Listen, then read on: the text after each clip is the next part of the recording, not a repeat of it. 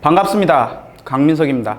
이번 시간에는 EBS 독서 제재별 전략 강의의 7강 사회 불평등에 관한 루소의 사상에 관해서 살펴보도록 하겠습니다. 사실 이 지문은 그렇게 어렵지는 않습니다. 해서 여러분들이 읽으시는데 큰 어려움은 없었을 테고, 다만 저와 함께 이 글을 좀 더 자세히 여러분들이 눈여겨봐야 될 게 무엇인지 한번 살펴보도록 하죠. 자, 기본적으로 이 글의 내용을 정리를 하면 이 글에서 설명하는 건 이 루소의 인간 불평등 기원론이라는 저서에 담긴 사회 불평등에 관한 어떤 이론, 견해 이런 것들을 설명하는 게 핵심이죠. 그런데 이 루소라는 사람이 18세기 사람이거든요. 그래서 지금 우리가 살고 있는 자본주의 사회, 근대라고 부르기도 하는데, 이 근대에 이르러서 사회 불평등에 따른 어떤 사회적 불안이 발생하는 상황을 본 겁니다. 그리고 그 원인이 무엇인가, 이런 사회 문제의 원인이 무엇인가를 밝히면서 사회 불평등의 기원, 발전 단계, 그리고 마찬가지로 어떤 사회의 기원을 설명한 홉스에 대한 비판, 이런 식으로 이러한 내용들을 이 저서에 담았던 거죠. 그래서 이 글은 그 루소의 견해에 대해서 풀어주고 있는 글입니다. 전반적으로 이렇게 내용이 전개된다는 거 여러분들 파악하셨죠? 네. 그래서 그 다음에 우리가 본격적으로 전략에 대해서 한번 살펴보도록 합시다. 자, 이 글을 읽으면서 여러분들이 눈여겨보시면 좋을 전략이 뭐냐라고 했을 때, 첫 번째, 논리에는 전제가 필요하다라는 겁니다. 그러니까 전제라는 말을 여러분들이 많이 들어보셨을 텐데, 어떤 논리가 성립하기 위해서 미리 갖추어져야 하는, 미리 참이라고 인정되어야 하는 어떤 명제, 사실, 이런 것들을 전제라고 얘기를 해요. 여러분들이 사실은 전제를 찾고 이 전제가 어떤 방식으로 녹아있고 이런 것들을 파악하라고 요구하지는 않는데요. 다만 이제 여러분들이 전제에 대한 인식은 여러분들이 가지고 있어야 된다라는 거고요. 자, 두 번째는 글의 흐름을 파악하는데, 요번에는 과정이라는 내용 전개 방식에 대해 살펴볼 겁니다. 자, 한번 보죠. 논리에는 전제가 필요하다라고 얘기를 하고 있죠. 그러니까 이 전제라는 건 사실은 모든 이론들, 여러분들이 독서 지문을 통해서 접하는 모든 사상가들의 이론들에는 항상 전제가 담겨져 있어요. 우리가 오늘 살펴본 이 루소의 이론에도, 사회 불평등과 관련된 루소의 이론에도 당연히 전제가 있겠죠. 그런데 이 루소는 어떤 전제를 도출을 하냐면, 이 자연 상태라는 걸 가정한다라는 거예요. 자연 상태. 그러니까 인간이 어떤 인간의 상태를 따지는데, 그 인간이 사고하고 행동하고 어떤 생활을 누리고 이런 모든 것들로부터 인위적인 것들을 다 제거한 것. 인위라는 건 뭐죠? 인간이 만들어낸 거죠. 그러니까 인간이 만들어낸 걸 모두 다 제거하면 자연으로부터 부여받은 것만 남겠죠. 그래서 그런 상태, 자연 상태를 가정해서 그게 인위적인 것을 다 제거한 순수 상태다라는 거를 상상을 한 거예요. 사실은 이런 경우는 없어요. 인류의 역사에서 이런 자연 상태는 찾아볼 수가 없는데, 다만 논리를 전개하기 위해 일종의 가정을 제시한 거죠. 이게 루소의 전제다라는 거예요. 이 자연 상태가 일종의 전제로 깔리는 거죠.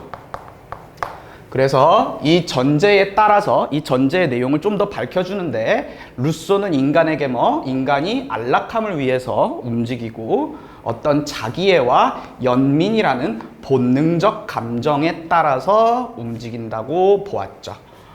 그래서 이 인간의 자연 상태는 안락함을 추구하고 본능적 감정에 따르는 어떤 상태다라고 루소는 전제를 한 거예요. 오케이? 자, 그리고 요 본능적이라는 표현이 나와서 말인데, 이 본능적이라는 말은 어떤 단어와 대비되는 거냐면 인위적이라는 말과 대비가 되죠. 그래서 사실은 본능적 감정이라고 하면은 우리가 어떻게 이해해야 돼?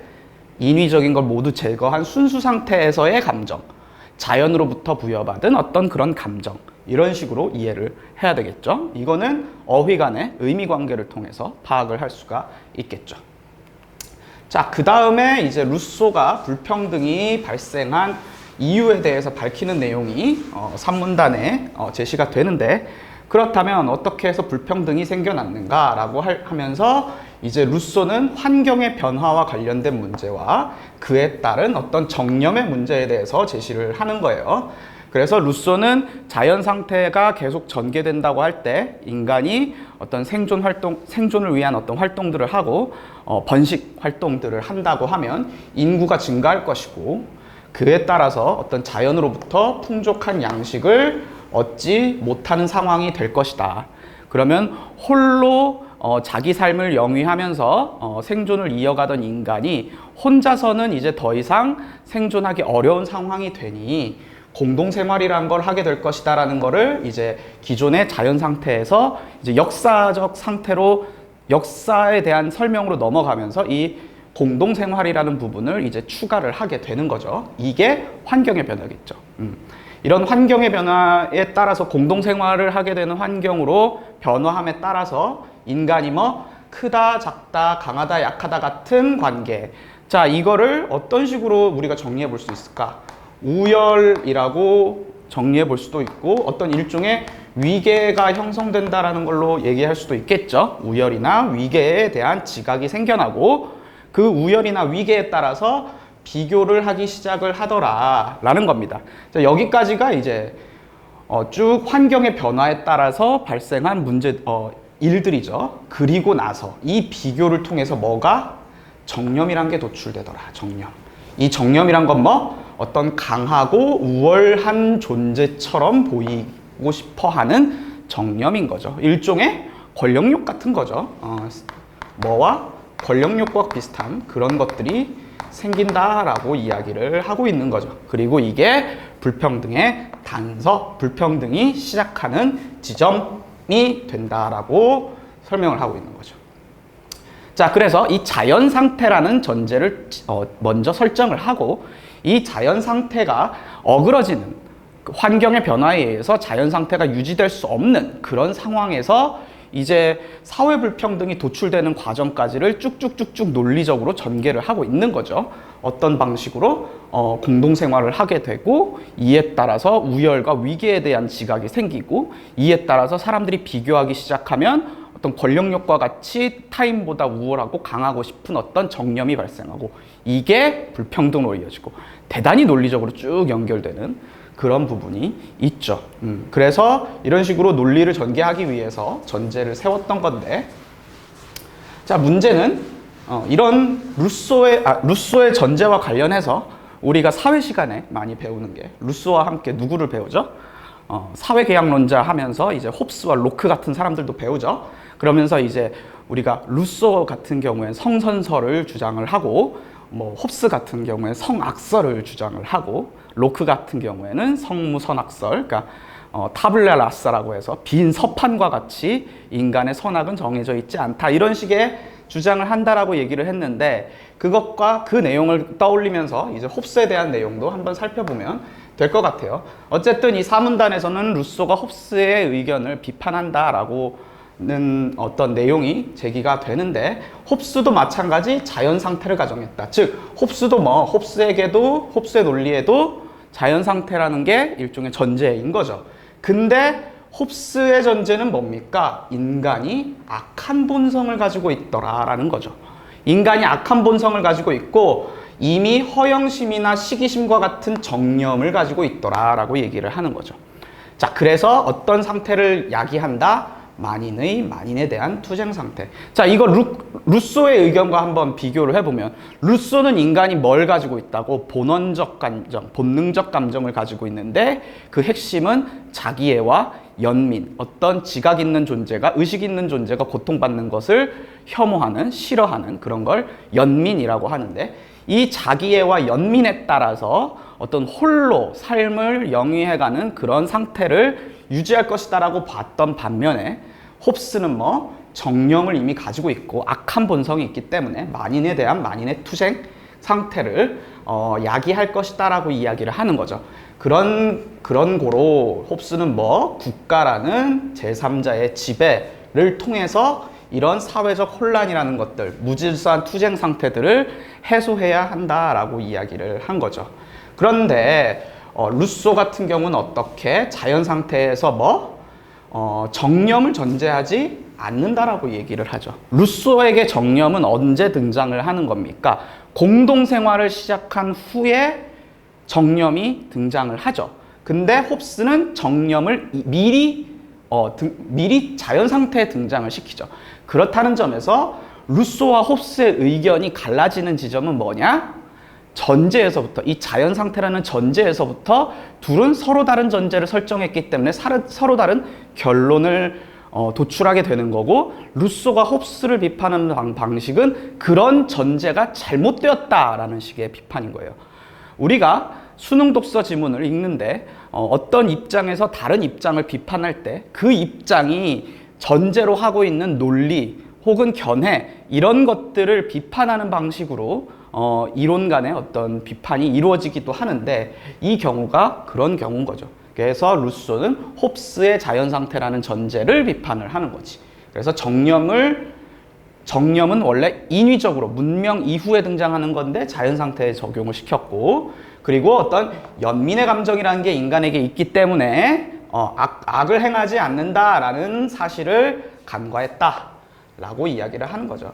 이런 것 때문에 루소가 성선설을 주장했다라고 이야기를 하는 거죠. 그래서 인간이 어떤 타인의 존재를 훼손하거나 타인을 파괴하는, 타인에게 폭력을 가하는 뭐 그런 악을 행하지 않을 것이다. 왜? 연민의 감정 때문에 그렇다. 이런 식으로 이야기를 한 거죠. 이처럼 여러분들이 어떤 글을 읽을 때 이 사상가의 주장 혹은 어떤 이론이 등장을 했을 때 이 이론이 무엇을 전제하고 있을까는 여러분은 항상 생각을 해보셔야 돼요. 그리고 아마 그 전제를 비판하는 방식으로 혹은 그 전제에 대해서 묻는 방식으로 문제가 나올 가능성이 높아요.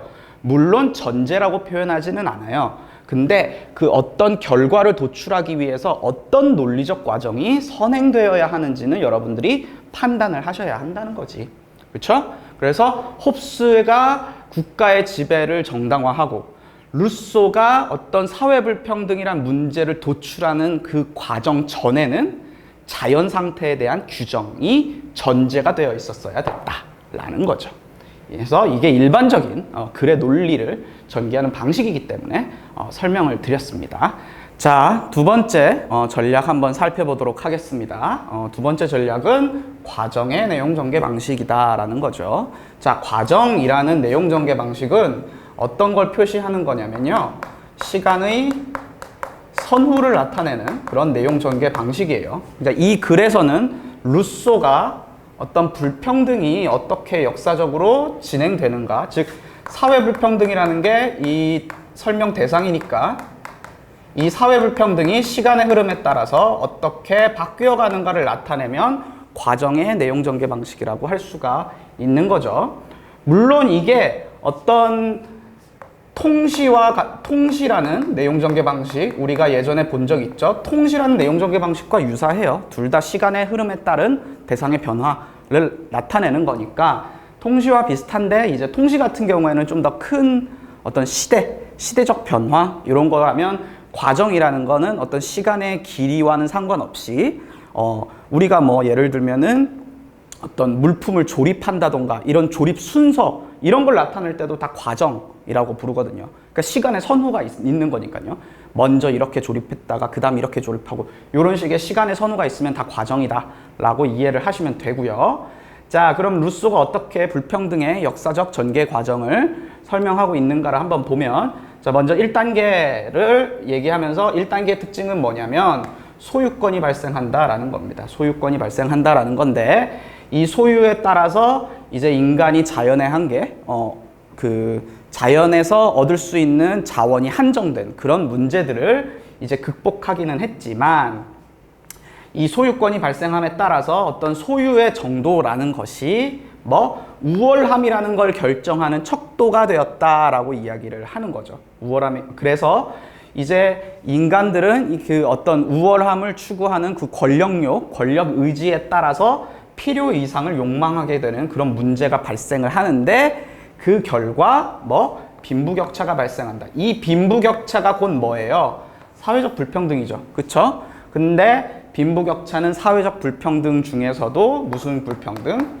경제적 불평등이라고 할 수 있겠네요. 그쵸? 자, 그래서 그 소유권이라는 것이 등장하여 경제적 불평등이 발생하는 게 몇 단계? 1단계의 불평등의 양상이다라고 이야기를 할 수가 있겠고요. 자, 그 다음 2단계를 한번 살펴보면, 자, 2단계. 자, 2단계에서는 행정 권력이 제도화되면서 강자와 약자가 구분되는 시기다라고 했는데 사실 이것만 가지고는 충분히 이해하기가 어렵고, 자, 2단계의 내용을 좀 자세하게 보면, 자, 사람들이 부를 향한 욕망을 가지더라라고 이야기를 하고 있어요, 우선. 그런데 사실 이 부를 향한 욕망과 관련된 내용은 어디서 나온 거예요, 이게? 이게 1단계에서 나온 거죠. 1단계에서 어떻게 나왔지? 소유권이 등장하면서 소유의 권리가 보장이 되고 그에 따라서 우월함을 결정짓는 척도가 어떤 소유의 여부에 따라 결정되니까 사람들이 더 많은 부를 욕망하게 되었다. 이런 설명이 나왔었죠. 그래서 이 부를 향한 욕망이라는 것들이 어떻게 폭력이나 약탈을 발생시켜서 혼란한 상태라는 거를 만들어내더라라는 거죠. 그런데 이것들을 부자나 빈자나 어쨌든 혼란 속에서 살아갈 수는 없으니까 이거를 종식시켜야 되는데 그 종식시킬 수 있는 어떤 하나의 중재자 역할을 하는 법률과 국가 권력이라는 걸 만들어내더라. 일종의 제도 이런 것들을 만들어내고 국가 이런 것들을 만들어내더라라는 거죠. 그 법률과 국가 권력은 부자와 빈자들에게 서로 다르게 작용을 하는데 부자들은 이걸 통해서 자신들의 특권이라는 것들을 확고히 하고 빈자들은 가진 게 없으니까 자신들의 혼란을 종식시킴으로써 자신들의 목숨을 보존하고자 했겠죠. 그 과정에서 자신이 지니고 있던 권리를 포기하게 되더라라는 거죠. 그래서 이 2단계에서 지금 설명하고 있는 건 뭐냐면 이 법률과 국가 권력이라는 제도가 등장함에 따라서 사회적 불평등이 어떻게 되고 있는 거야? 제도에 따라 규정되고 있는 거죠. 그렇다는 점에서 이 2단계의 특징은 뭐라고 정리해 볼 수 있을까? 사회 불평등의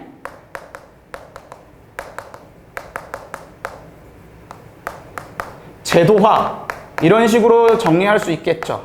그쵸? 2단계의 특징은 사회불평등의 제도화라는 거고요. 자, 그 다음에 3단계로 넘어가서 자, 3단계에서는 그 기존의 2단계에 제도화되었던 어떤 제도화되었던 법률과 국가 권력 이런 것들에 대해서 언급이 나오기 시작해요. 그래서 정부가 의사결정을 하는데 의사결정의 수단으로 선거라는 거를 활용할 수 있더라라는 거죠. 우리 선거 익숙하게 보고 있죠. 그런데 얘가 빈번해질수록 폐단이 커지고 혼란을 야기하더라라는 거야. 무슨 말이냐면 이 선거라는 제도가 뭘 가지고 있다? 한계를 가지고 있더라라는 거지. 그런데 그 제도의 한계가 발생한 상황에서 어떤 통치자들이 등장을 하는 거야. 그 통치자들이 등장을 하고 이 통치자는 사람들 간의 분열과 불신을 조장하더라. 그래서 사람들이 한데 뭉치지 못하게 그리고 자신보다 더 큰 힘을 얻지 못하게 분열과 불신을 조장을 하고 그것을 통해서 자신의 의지를 관철해 나가더라. 그리고 그 결과 합의라는 게 파기가 되는데 이 합의라는 건 뭐냐면 지금 맥락상으로 보면은 일종의 혼란을 종식시키기 위한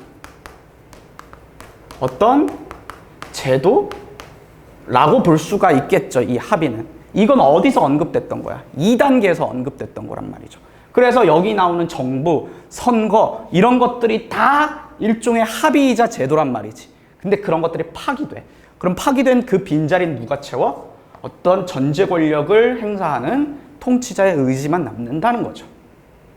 자, 그 결과 모든 사람들이 그 결과 불평등이 어떤 극에 달하게 되고 모든 사람들이 그 전제 권력 아래 복종하는 평등한 노예가 돼서 새로운 자연 상태에 이르게 된다라고 이야기를 하는 거죠.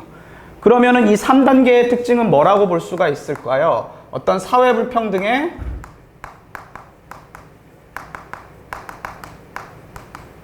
극대화 그리고 그 극대화에 따른 전제 권력의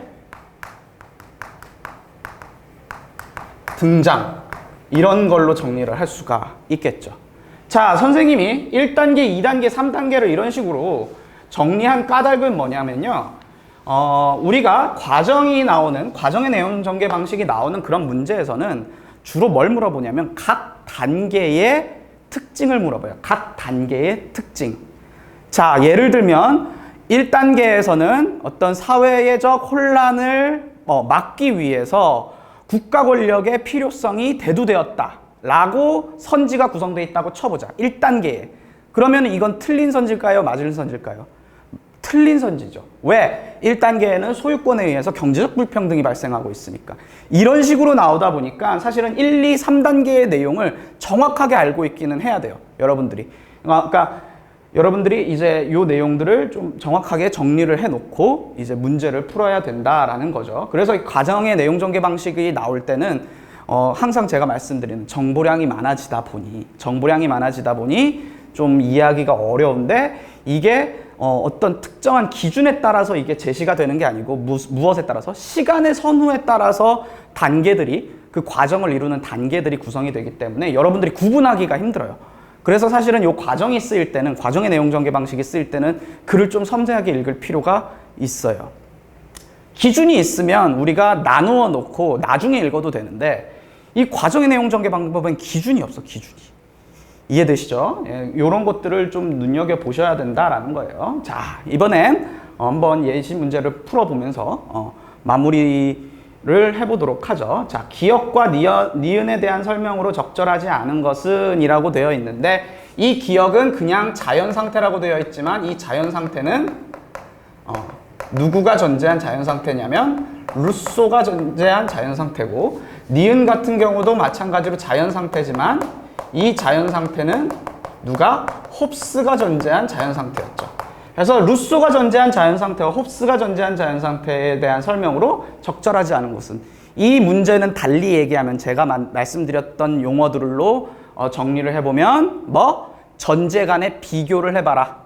서로 다른 이론이 두고 있는 각각의 전제를 비교해봐라. 이렇게 얘기하고 있는 것과 마찬가지죠. 이해돼요? 자, 그래서 한번 따져보면, 자, 1번. 기역은 가정적 이론으로 루소의 자연 상태는 실제한다, 실제하지 않는다, 실제하지 않는다. 가정이고, 일종의 가정이다 라고 이야기를 했었죠. 그래서 가정적 이론이란 거 맞아. 그런데 그 가정적 이론에 따라서 형성된 어떤 자연 상태에서는 인간의 정념이 발생하기 이전이냐. 맞죠? 그쵸?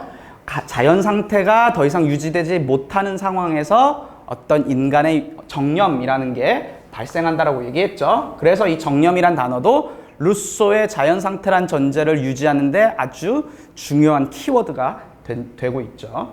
자, 2번. 니은은 실제 역사를 바탕으로 정립된 이론. 자, 홉스도 자연 상태를 설정했지만 이 루소와 홉스의 이론의 공통점은 뭐였어요? 둘 다 어떤 가정으로서의 자연 상태를 제시한다는 거죠. 그래서 홉스의 자연 상태도 실제 역사와는 무관한 그런 상태다라는 거예요. 그렇기 때문에 여기서 틀린 거지. 자, 다만 이제 그 다음으로 넘어가면 인간의 정념이 작용하는 상태다라고 이야기를 했는데 홉스가 전제하는 자연 상태에서는 정념이 작용을 하죠. 그래서 요 내용은 맞는 거지. 이해되시죠? 자, 기역과 달리 니은에서는 악함과 타인에 대한 적대적 감정이 인간의 본성으로 규정된다.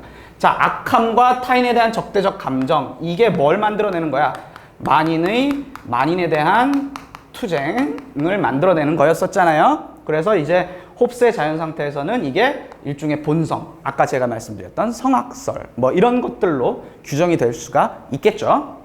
자, 4번. 니은과 달리 기역에서는 뭐라고? 자기애와 연민의 감정이 인간의 본성으로 규정된다. 자, 이 문장을 이해하려면 아까 제가 말씀드렸던 용어 본능적 감정이란 말에 주목을 해야 되겠죠. 본능적 감정. 이거는 인위적으로 후천적으로 만들어진 게 아니고 이미 태어날 때부터 자연적으로 부여받은 것. 이런 것들인 거지. 그러니까 본성으로 규정이 된다고 볼 수 있겠죠.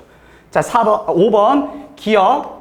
루소의 자연 상태는 인간이 자연으로부터 벗어나 돌아가야 할 목표로 제시된 반면 니은은 인간이 자연적 권리를 국가에 양도함으로써 사회를 형성해야 할 근거로 제시되었다. 이거는 약간 좀 추론이 필요하기는 한데 어쨌든 루소의 입장에서는 이런 사회 불평등이 발생하기 이전의 상태, 자연 상태가 더 이상적인 목표라고 볼 수가 있겠죠.